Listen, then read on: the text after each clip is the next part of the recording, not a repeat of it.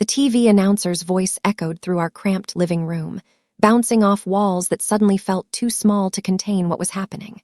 And tonight's innovation spotlight goes to Lee Torres, founder of Lumi Cup, the self-heating mug that's revolutionizing the entire coffee industry. Complete silence fell over the room like a heavy blanket suffocating all sound. My mother's hand slipped off the remote control, and it clattered loudly onto the hardwood floor. My father blinked repeatedly, his face frozen in complete shock. My brother's mouth hung open stupidly, his beer bottle tilted and forgotten in his hand. That was my face on the screen, smiling confidently in front of a panel of serious investors wearing expensive suits. My face, my name, my invention being celebrated nationally. They had said I was wasting my life on stupid, childish dreams just 1 year ago.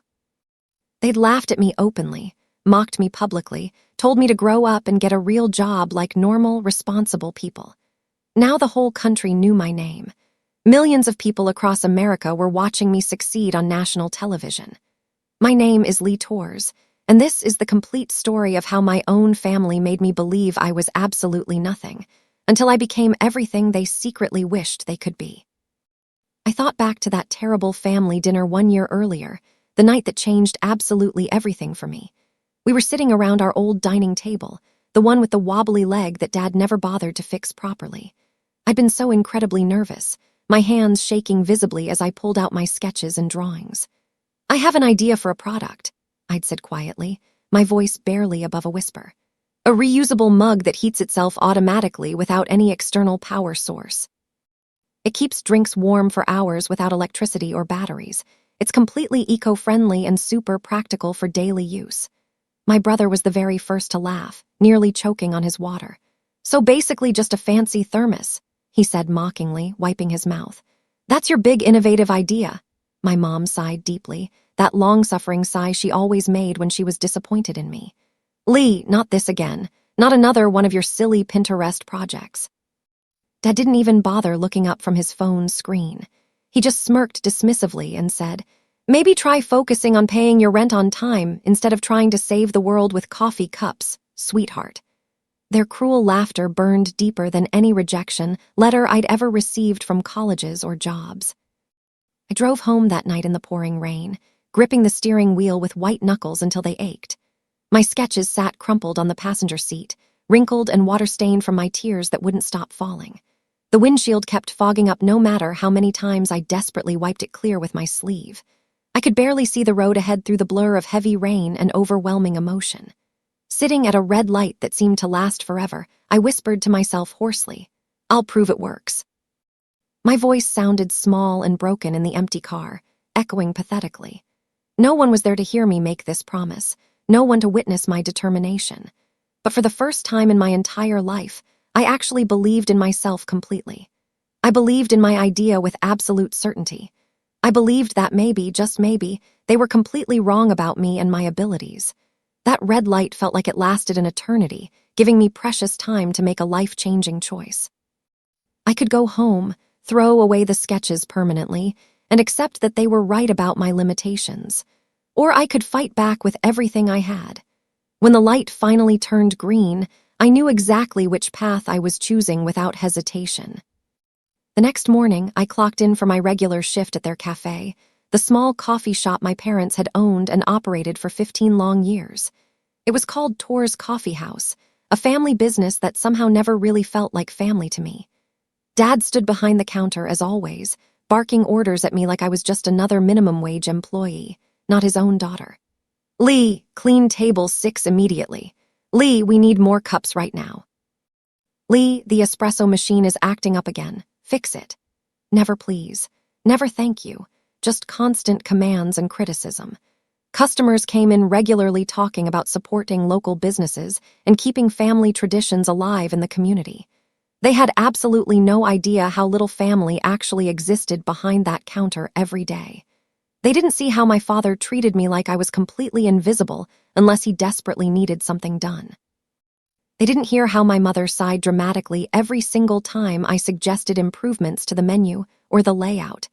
I wiped down dirty tables and made endless drinks, watching my brother sit comfortably in the back office, supposedly learning the business. He was on his phone scrolling social media the entire time. But he was the golden child, so nobody ever said anything. One slow afternoon, while refilling the sugar dispensers near the storage room, I accidentally overheard my brother talking to Dad behind a slightly open door. The door was cracked just enough that their voices carried clearly. "You know, her mug thing," my brother said casually. "The self-heating one she was talking about at dinner. Maybe we could actually pitch that idea to the investors coming next quarter." My blood ran ice cold through my veins. I froze completely, listening intently. Dad laughed that familiar, dismissive laugh. "That could actually work. We'd obviously have to refine it significantly, make it actually viable for market. But the core concept isn't half bad, surprisingly." "Should we tell her we're using it?" my brother asked. "Why would we? She didn't file any paperwork or patents. She just left her drawings lying around carelessly. Ideas belong to whoever can actually make them real and profitable. She's clearly not capable of that herself." I stood there holding a heavy bag of sugar, my hands shaking violently with pure rage. They hadn't just laughed at my idea cruelly. They were actively planning to steal it completely. To take the one thing I'd created from nothing and claim it as their own invention.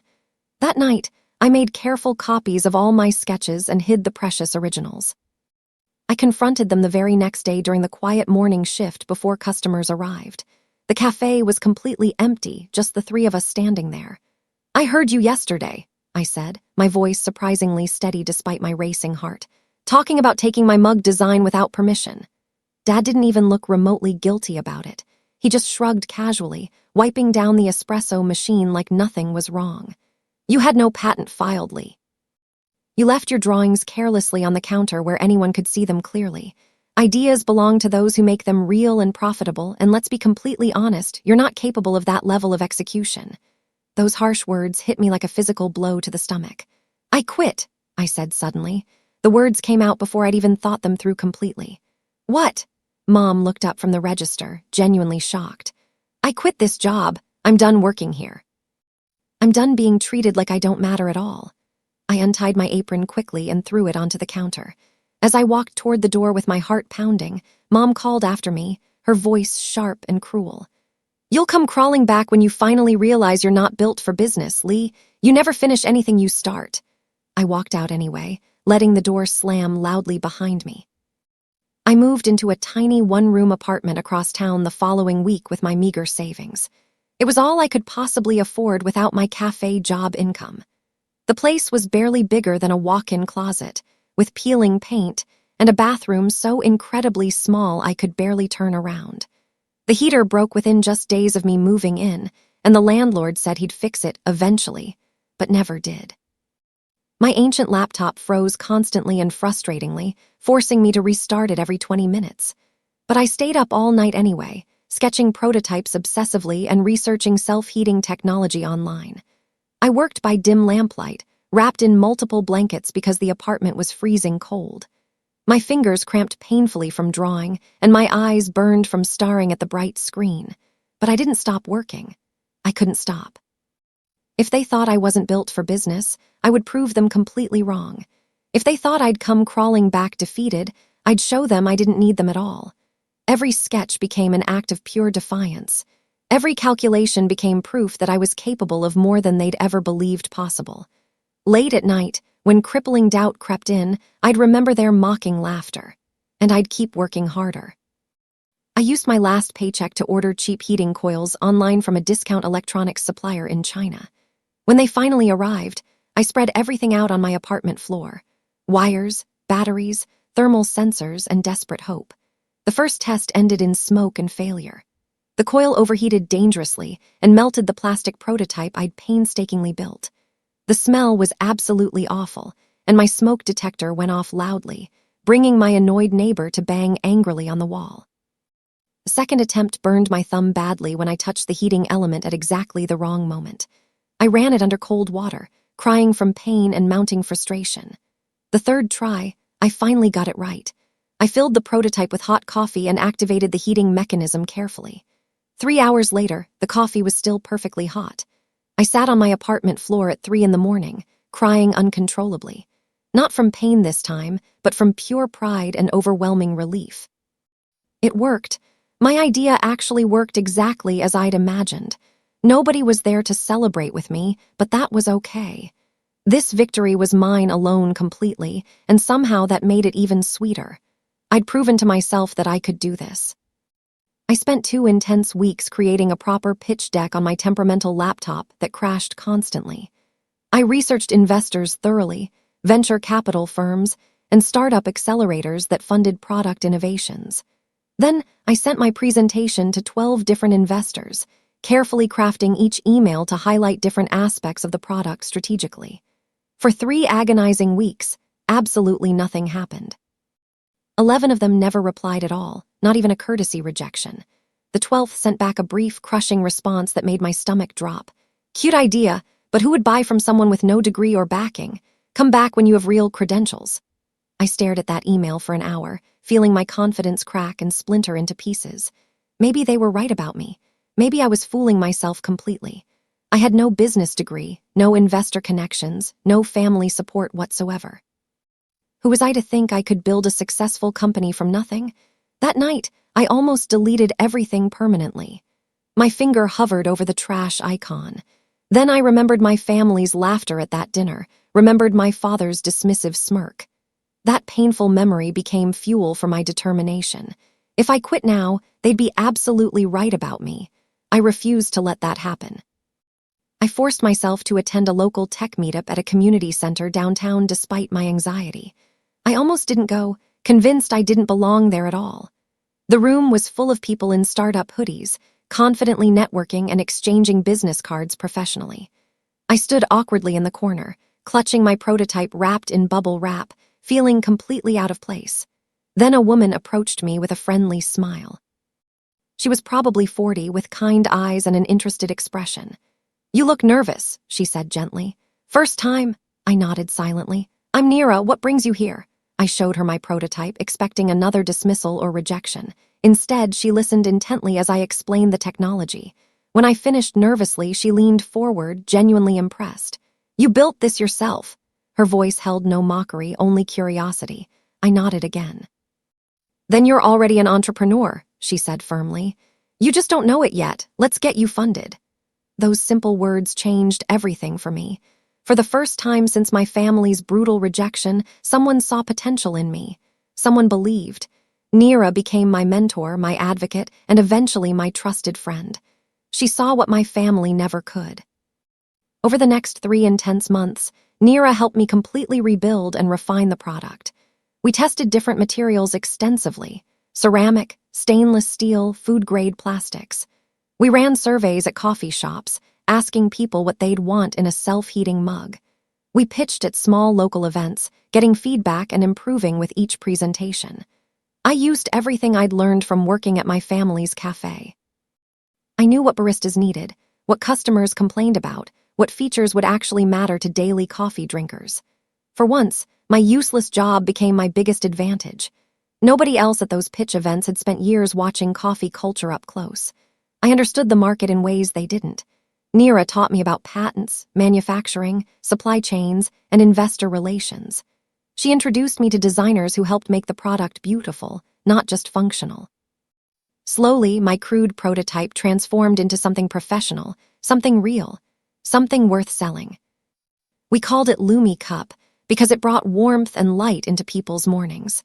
The name felt perfect. Lumi Cup represented everything I'd been through, starting in darkness and creating my own light. The moment I signed the patent paperwork at the attorney's office, I felt completely reborn. My name, not theirs, was on that legal document. Lee Torres, inventor. Not Torres Coffee House, not my father's business. Mine. I took a photo of the signed patent application and texted it to my mom without any explanation, just the image. She opened it immediately. I could see the read notification appear, but no reply came. Not congratulations, not questions, nothing. Just silence. That silence told me everything I needed to know. They still didn't believe in me. They still thought this was a phase, another failed project I'd abandon. Good, let them think that. Their doubt would make my success even sweeter. I printed a copy of the patent application and hung it on my apartment wall. Every morning when I woke up, I saw it. Physical proof that I was doing this, that it was real, that nobody could take it away from me now, no matter how hard they tried. I'd made something permanent, something legally mine. That document represented more than just intellectual property rights. It represented my independence, my capability, my future. Everything they'd said I couldn't have. Word started spreading through our small town faster than I expected. Coffee shop customers, the same ones who'd watched me work at my family's cafe for years, began whispering. I heard it through mutual acquaintances. Did you hear? Lee Tors is making some kind of gadget, some coffee mug thing. My father apparently laughed it off whenever anyone mentioned it. Oh, she'll give up next month, he'd say dismissively. She always does, always starts things she can't finish. My brother posted on social media about people who mistake hobbies for careers, and I knew exactly who he meant. They still thought I was a joke, still believed I'd fail and come crawling back. Perfect. I wanted them comfortable in their assumptions. I wanted them so convinced of my failure that my success would hit them like a truck. Every dismissive comment they made, every joke at my expense, just added fuel to the fire burning inside me. I was building something they couldn't see yet. And when they finally saw it, it would be too late to pretend they'd supported me all along. Their mockery was becoming my motivation. I needed $10,000 to move from prototype to actual production. I went to 3 different banks, presenting my business plan with shaking hands. The third bank officer, a bored-looking man in an ill-fitting suit, barely glanced at my materials before rejecting me. Not enough collateral, he said flatly. Come back when you have assets to back the loan. I had no assets. I'd walked away from my family with nothing. That night, I sat on my apartment floor, staring at the only valuable thing I owned, my grandmother's silver bracelet. Mom had given it to me when Grandma died, one of the few gifts she'd ever given me without conditions or strings attached. I'd worn it every day for 5 years. The next morning, I walked into a pawn shop and sold it. The man behind the counter offered me $2,000. I knew it was worth more, but I needed the money desperately. Watching him place my grandmother's bracelet in a locked case felt like losing the last piece of my old life. It hurt deeply, but I told myself pain was temporary. Proof was forever. That bracelet was the past.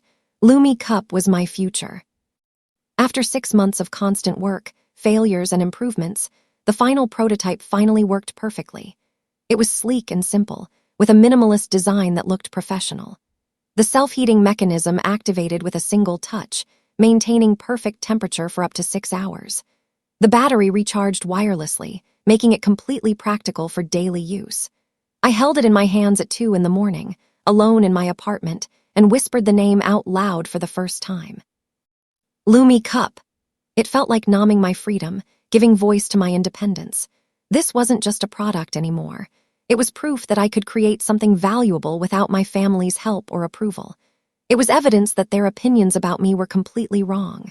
Every wire, every circuit, every design choice represented hours of work they'd never see, struggles they'd never know about, determination they'd always underestimated.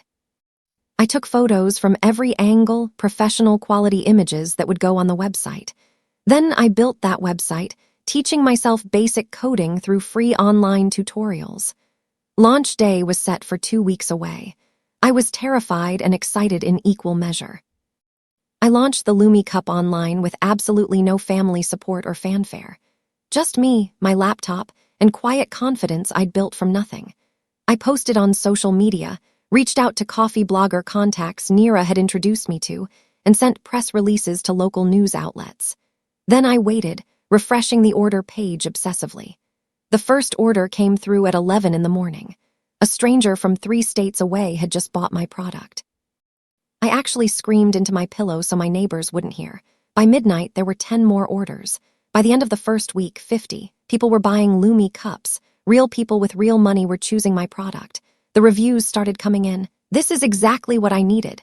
Finally, a mug that actually works. Bought this for my wife and she loves it. Every notification felt like validation.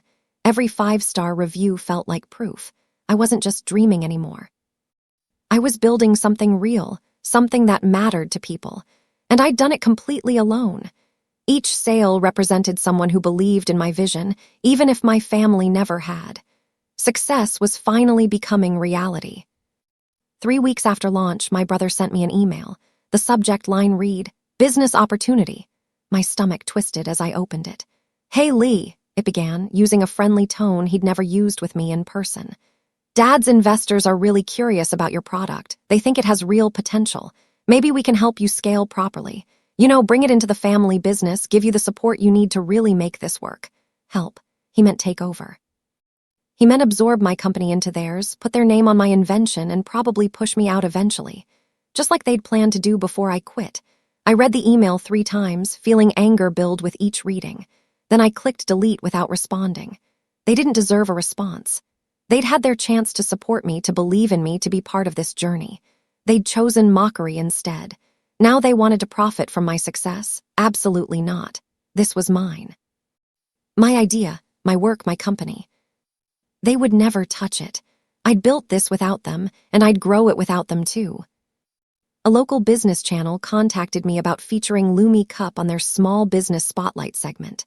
They came to my apartment with cameras and lights, interviewing me about my journey. I told them everything except my family's involvement. I talked about working multiple jobs, teaching myself engineering, building prototypes in my tiny apartment. The segment aired on a Friday night. Small-town inventor reinvents coffee culture. My phone exploded with messages from old friends and acquaintances, but my family stayed publicly silent. Then I saw it, an anonymous comment on the news station's website. She couldn't have done it without help. Someone else must have given her the idea. The writing style was unmistakable. It was my mother. I replied from my business account, making sure everyone could see. You're absolutely right. I had help from everyone who doubted me. Their lack of faith pushed me further than their support ever could have. The comment got hundreds of likes. My mother never commented again. That public response felt like reclaiming my narrative, taking control of my story. Neera booked me a speaking slot at a National Innovation Expo in the city. It was huge, with thousands of attendees and dozens of venture capital firms looking for the next big product. I stood backstage, trembling so badly I could barely hold my note cards. "You've got this," Neera said, squeezing my shoulder. "Show them what you built." I walked onto that stage in front of 500 people and countless cameras. My hands shook as I held up the Lumi Cup. "This is more than just a mug," I began, my voice surprisingly steady despite my terror. "This represents what happens when someone refuses to accept limitations others place on them." I demonstrated the technology, showing how the self-heating mechanism worked. When I pressed the power button, steam rose from the Lumi Cup logo. The room erupted in applause. Investors surrounded me afterward, handing me business cards and asking about production capacity, profit margins, and expansion plans. 3 different firms made offers on the spot. Standing in that crowd of interested investors, I thought about my family's cafe, about my father saying I wasn't capable. This moment proved him wrong more powerfully than words ever could. My mother finally called 2 days after the expo. I stared at her name on my phone screen for 3 rings before answering. "Hello," I said cautiously. "Lee, we need to talk." Her voice was strained, artificial. "Your father saw your presentation online. He wants to discuss expanding the cafe using your mug line. We could sell them at Tor's Coffee House, make it a real family business finally." I took a deep breath, choosing my words carefully. "Sorry, but Lumi Cup already has its own flagship stores opening next quarter. We won't be wholesaling to small cafes." The silence on the other end was deafening. "You're turning down your family?" she asked, her voice rising. "You turned me down first," I replied calmly. "When I needed you most, you laughed at me. Now you want in because it's successful. That's not how this works." "We're your family," she protested. "Family supports each other unconditionally. You had your chance to support me." I hung up. My hands were shaking, but I felt lighter than I had in months. That conversation was closure, the final severing of expectations that had held me back for years. We repackaged Lumi Cup with a complete sustainability campaign for the next quarter. The new marketing emphasized the environmental benefits: reusable, reduces paper cup waste, powered by rechargeable batteries instead of disposable heating packs. My face appeared on advertisements, billboards throughout the city, and morning show segments. Strangers recognized me at the grocery store. The tagline we'd chosen appeared everywhere. Created from rejection, powered by resilience. Every word was absolutely true. I'd been rejected by my family, by investors, by banks. But that rejection had refined me, made me stronger, forced me to build something undeniable. The resilience came from refusing to quit when everyone expected me to fail. Sales doubled, then tripled. We expanded production, hired a small team, opened an actual office. I moved out of my tiny apartment into a modest but comfortable place with heat that actually worked. Every success felt sweeter because I'd built it from nothing. Because nobody had handed me anything. Because I'd earned every single step of this journey through work and determination they'd never witnessed or acknowledged. The national news segment aired on a Tuesday evening during prime-time viewing hours. My entire hometown tuned in, everyone watching to see the local girl who'd made it big. The segment was 10 minutes long, featuring interviews with satisfied customers, investors praising the innovative design, and me talking about the journey from concept to national product. At the cafe my parents owned, customers cheered as my name flashed across the television screen mounted on the wall. They clapped and celebrated, asking my father if he was proud. I wasn't there, but people told me later what happened. He'd smiled tightly and said, "Of course," but his eyes told a different story. At home, I imagined my parents sitting in their living room, watching me succeed on the same television where this whole thing had started, watching me thrive without their approval or involvement. I wondered if they finally understood what they'd lost. I no longer needed their validation. I no longer needed their name. Tor's Coffee House meant nothing compared to what I'd built on my own. My success was louder than their doubt ever was.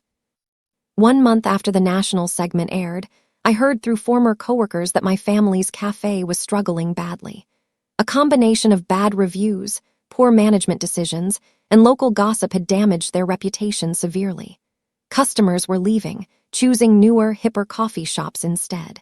Ironically, many of those customers asked at the register, "Do you sell those Lumi cups Lee Tors invented?" Each time, my father had to say no. Had to admit that his own daughter's successful product wasn't available in his store. The cafe that had employed me for years, that had dismissed my ideas and treated me like I was worthless, was failing. Meanwhile, the daughter they'd mocked was thriving on a national stage. I didn't celebrate their struggles, but I didn't feel sorry for them either. They'd made their choices. They'd chosen to steal my ideas rather than support them. They'd chosen mockery over belief. Now they were living with the consequences of those choices. The universe had its own sense of poetic justice, and I wasn't going to interfere with it. Their failure wasn't my responsibility. When Tor's Coffee House finally closed for good, I made a decision that surprised even myself. I bought the property through my company. It took 3 months to renovate completely. We gutted the interior, updated everything, and transformed it into something beautiful and modern. The grand opening of Lumi Cafe was scheduled for a Saturday morning. I stood outside the night before, looking at the new sign. It hung exactly where my father's old sign had been, the place where he'd once shouted at me for being too slow, too distracted, too focused on dreams instead of reality. Now my name, my brand, my success hung there instead. We'd hired 6 baristas, young people who reminded me of who I'd been, scared but full of ideas, uncertain but determined. I made sure they knew their input mattered, that their ideas would be heard. Every Lumi cup we served in that cafe was proof that I'd made it. That rejection hadn't destroyed me, it had refined me. That their doubt had become my fuel. The cafe opened to a line of customers stretching around the block. Success had come full circle. 3 months after opening Lumi Cafe, I received a letter in the mail. The handwriting on the envelope was my mother's, careful and formal. I almost threw it away without opening it, but curiosity won. Inside was a single page. "Lee, we're proud of you. What you've accomplished is remarkable. We were wrong to doubt you. Please come home anytime. We miss you. We want to be part of your life again." I read it twice, sitting at my desk in my real office with my name on the actual door. I felt nothing. No anger, no satisfaction, no desire for reconciliation. Just emptiness where their approval used to matter. I folded the letter carefully and placed it in my desk drawer, not as a treasure but as a reminder. A reminder of why I'd fought so hard. Why I'd refused to quit when quitting would have been easier. Because I am home now, in this world I built from their disbelief. In this company that exists because they said it couldn't. In this success that proved every doubt wrong. They ignored my idea, so I turned it into a legacy that would outlast all of us. They taught me to stay small, so I grew right past them.